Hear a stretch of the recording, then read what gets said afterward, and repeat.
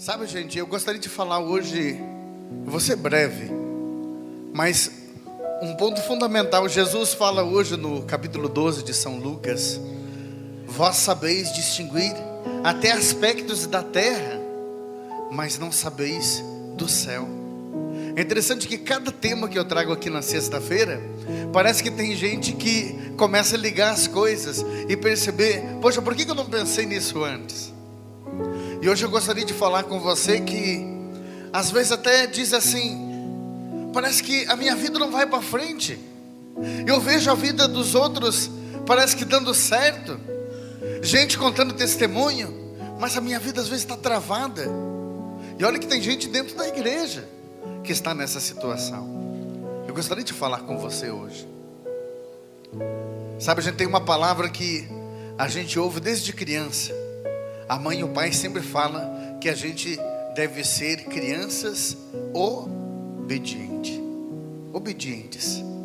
A obediência é um preceito divino, ser obediente. E eu gostaria de falar hoje com vocês sobre as consequências da desobediência. Repita comigo essa frase: a desobediência gera consequência. E de fato gera consequência. Veja em Romanos 5:21, a palavra de Deus diz assim: por causa da desobediência de Abraão, por causa da desobediência de um só homem, a morte entrou no mundo. Ou seja, Adão e Eva pecaram. Então a desobediência de Adão e Eva, desse homem, gerou a morte no mundo. A Bíblia diz que a morte, ela só existe por causa daquela desobediência. Que consequência drástica é essa? Até hoje nós pagamos por causa dessa desobediência de Adão e Eva. Até hoje nós pagamos por isso. Sabe que muitos, por não obedecer a mãe e o pai, pagam até hoje a consequência dessa desobediência. A mãe falou: filha, esse não é homem para você, filha. Pense bem com quem você está andando, hein? Você que talvez caiu no mundo da droga, a mãe e o pai falou ou não falou que não era amizade para você? Sabe, gente, eu digo que tem atitudes que nós tomamos na vida, tem pecados que nós cometemos que nós vamos pagar o resto da vida por causa deles. E Deus sempre coloca no coração de pessoas sábias, dos mais velhos, a palavra que é dele. Por isso que nós falamos que um pai e uma mãe tem uma autoridade instituída por Deus sobre os filhos.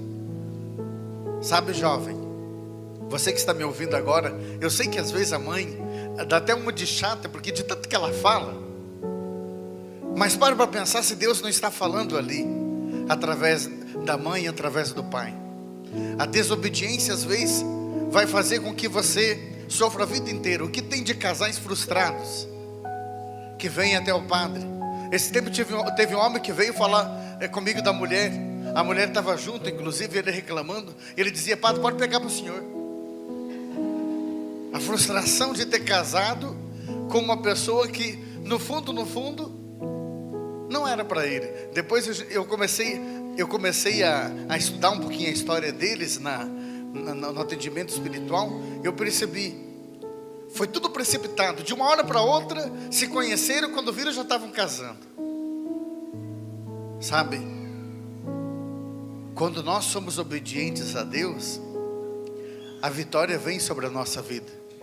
Olha, em Gênesis 6:22, a palavra de Deus diz assim: Noé fez tudo conforme Deus lhe mandou. Noé fez tudo conforme Deus lhe mandou. Quem foi Noé? Noé é considerado o exemplo de homem justo. Encontrou graça diante de Deus. Deus fez a primeira aliança na história, foi com Noé. Noé que fez aquela arca. É ou não é? Hein? É ou não é? É. A arca de Noé. Abraão, diz a palavra no Abraão capítulo 12, 22, perdão, de 1 a 12. Diz a palavra que Deus disse para Abraão, para testar a obediência dele. Abraão, ele disse: eis-me aqui, Senhor. Deus diz: amanhã cele a sua jumenta e vai, eu vou lhe indicar um lugar, o qual você vai me servir. E simplesmente aquela voz desaparece. No outro dia de manhã, ele sela a jumenta e chama o filho conforme Deus tinha pedido, o único filho dele, chamado Isaque, e diz: se despede da tua mãe, peça a bênção lá para a mãe. Benção, mãe. Para onde vocês vão? Abraão diz: eu não sei. Não sei para onde eu vou e quando eu volto. O Senhor me pediu para partir. Oh, exemplo de obediência, hein? Eu não sei para onde eu vou e quando eu volto. Estou indo, porque Deus me pediu. Exemplo de obediência. E aí, não para por aí. Quando ele vai indo, até no meio do caminho, Deus diz: vai para o monte de Moriá. Lá eu quero que você ofereça um sacrifício para mim. E aí, ele diz: mas Senhor, eu não trouxe nada, podia ter me avisado. Eu não trouxe a faca nem o cordeiro, porque vocês sabem que o holocausto, a oblação, o sacrifício, era matar um cordeiro, colocar sobre a lenha, o sangue derramado era para a remissão dos pecados. A fumaça era oferecida a Deus como oferta viva. Então era o sacrifício que ofereciam. Nós não precisamos fazer isso hoje, porque cremos que Jesus derramou o sangue por nós. Por isso a fumaça do incenso que o padre incensa aqui sobre o altar, para simular essa fumaça que era oferecida a Deus. Olha que linda a liturgia. Mas quando Deus diz: você vai oferecer um sacrifício, ele diz: eu não trouxe nada.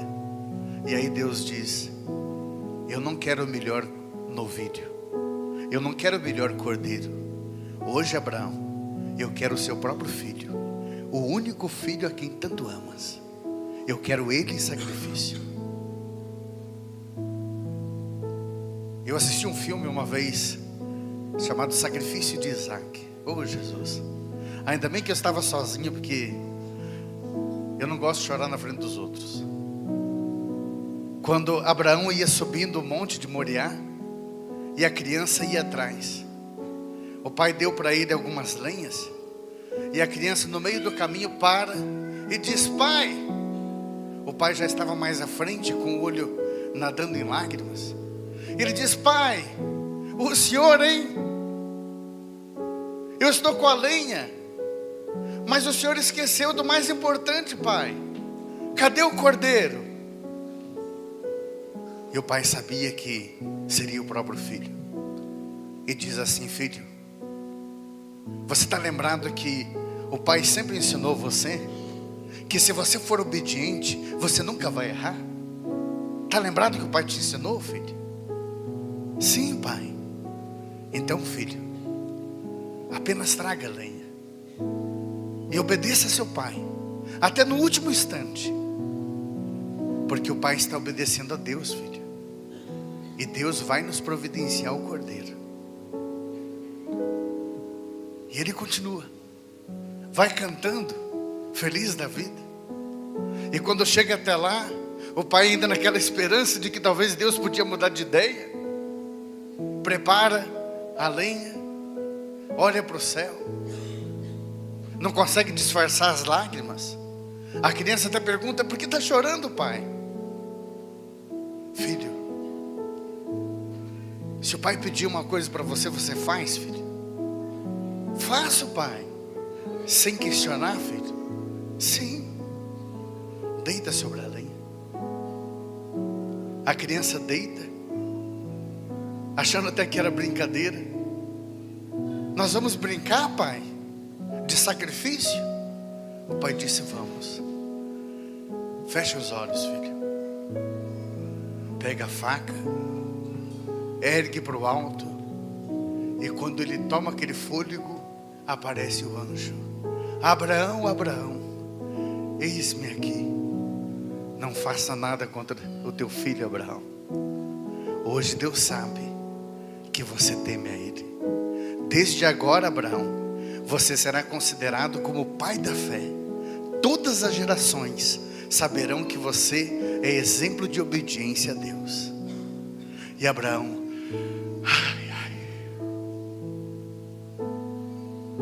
sabe, gente, a Bíblia tem uma riqueza tão grande que se a gente aprendesse a ler a Bíblia, a gente não precisaria nem assistir filme mais.